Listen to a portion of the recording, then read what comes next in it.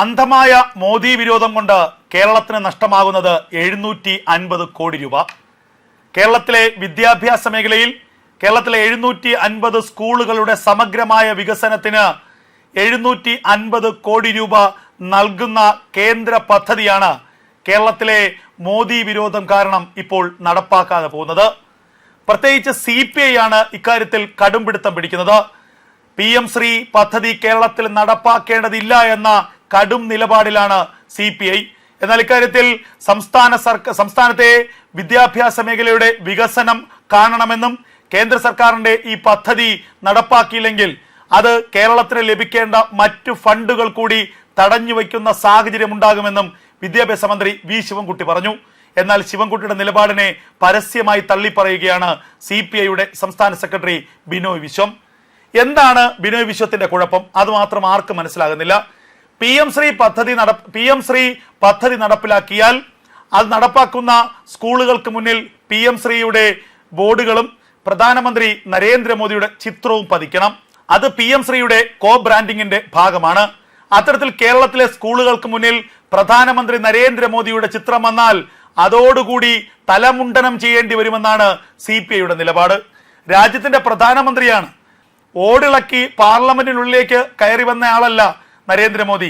രാജ്യത്തെ ജനാധിപത്യ സംവിധാന പ്രകാരം തെരഞ്ഞെടുക്കപ്പെട്ട ഏറ്റവും കൂടുതൽ MP-മാരുള്ള ഒരു രാഷ്ട്രീയ പാർട്ടിയുടെ പ്രതിനിധി എന്ന നിലയിൽ ഏവരാലും അംഗീകരിക്കപ്പെട്ട ഇന്ത്യയുടെ പ്രധാനമന്ത്രിയായ ആളാണ്.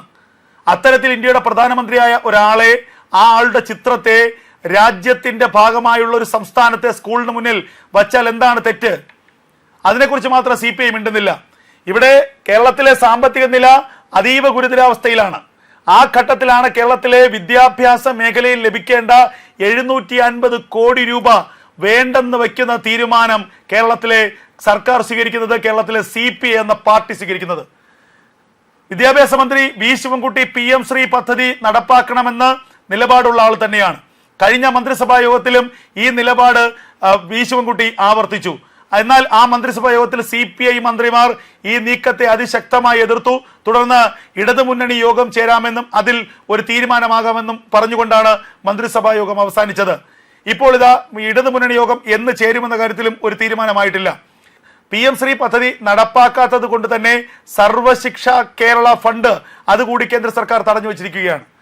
ഈ PM ശ്രീ പദ്ധതി നടപ്പാക്കാതിരിക്കാൻ CPI പറയുന്ന കാരണങ്ങൾ ഒരു സാധാരണ മലയാളിക്ക് ഒരിക്കലും മനസ്സിലാകുന്നത് പോലുമല്ല. കടുത്ത രാഷ്ട്രീയ വിരോധം, കടുത്ത മോദി വിരോധം, അത് മാത്രമാണ് CPIയുടെ ഈ നിലപാടിന് പിന്നിൽ.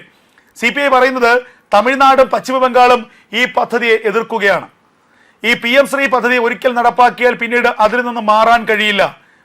PM ശ്രീ പദ്ധതി നടപ്പാക്കിയാൽ ദേശീയ വിദ്യാഭ്യാസ നയം, BJP സർക്കാരിന്റെ ദേശീയ വിദ്യാഭ്യാസ നയവും കേരളത്തിൽ നടപ്പാക്കണം.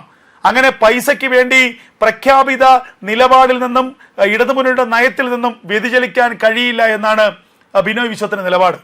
രാഷ്ട്രീയ അന്ധത തലയ്ക്ക് പിടിച്ച, രാഷ്ട്രീയ തിമിരം പിടിച്ച ആളുകൾ ഇങ്ങനെ കസേരയിലേക്ക് വന്നാൽ ഒരു സംസ്ഥാനം എങ്ങനെ മുരടിച്ചു പോകും?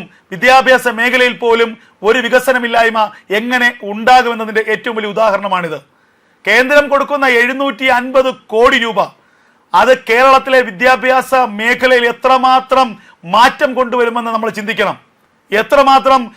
എത്രമാത്രം നിലവാരമുയർന്ന സ്കൂളുകൾ നമുക്ക് ഉണ്ടാക്കാൻ കഴിയും? അത്തരത്തിൽ ഉന്നത നിലവാരമുള്ള സ്കൂളുകൾ ഉണ്ടാകുമ്പോൾ അവിടെ പഠിക്കുന്ന വിദ്യാർത്ഥികളുടെ വിദ്യാഭ്യാസ നിലവാരവും അതുപോലെ ഉയരും. ഒരു തലമുറയുടെ വളർച്ചയെയാണ് CPI പോലെയുള്ള ഈ മുരടപ്പൻ രാഷ്ട്രീയ പാർട്ടികൾ എതിർക്കുന്നത് എന്നുള്ളത് നമ്മൾ മനസ്സിലാക്കണം. എത്രമാത്രം വികസന വിരോധികളാണിവർ. പ്രധാനമന്ത്രി നരേന്ദ്രമോദിയുടെ ചിത്രം സ്കൂളിന് മുന്നിൽ പതിക്കരുത്. പ്രധാനമന്ത്രിയുടെ ചിത്രം കേരളത്തിൽ സ്കൂളിൽ ഉണ്ടാകരുത്.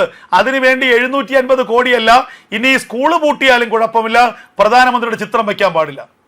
ഇതാണ് ഈ മുരടപ്പൻ രാഷ്ട്രീയക്കാരുടെ ഈ നയം. ഇത് മാറാതെ കേരളം എന്ന സംസ്ഥാനം രക്ഷപ്പെടില്ല എന്നതിന് യാതൊരു സംശയവുമില്ല.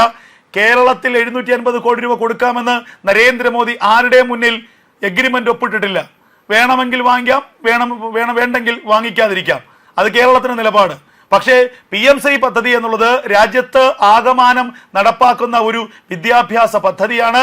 അത് കേരളത്തിൽ നടപ്പാക്കണ്ട എങ്കിൽ കേരളത്തിനുള്ള സർവശിക്ഷ കേരള ഫണ്ടും കേന്ദ്രം നൽകില്ല എന്നുള്ളത് കേന്ദ്രത്തിന്റെ പ്രഖ്യാപിത നയം തന്നെയാണ്. അതിൽ യാതൊരു സംശയവുമില്ല. വെറും രാഷ്ട്രീയ അന്ധതയുടെ പേരിൽ കേരളത്തിലെ പാവപ്പെട്ട കുട്ടികൾ അനുഭവിക്കേണ്ട വിദ്യാഭ്യാസത്തിന്റെ മികവിനെയാണ് ഇവർ തടഞ്ഞു വയ്ക്കുന്നത് എന്നുള്ളത് ചരിത്രം ഇവർക്ക് മാപ്പ് നൽകാത്തതിന് തുല്യമാവുകയും ചെയ്യും.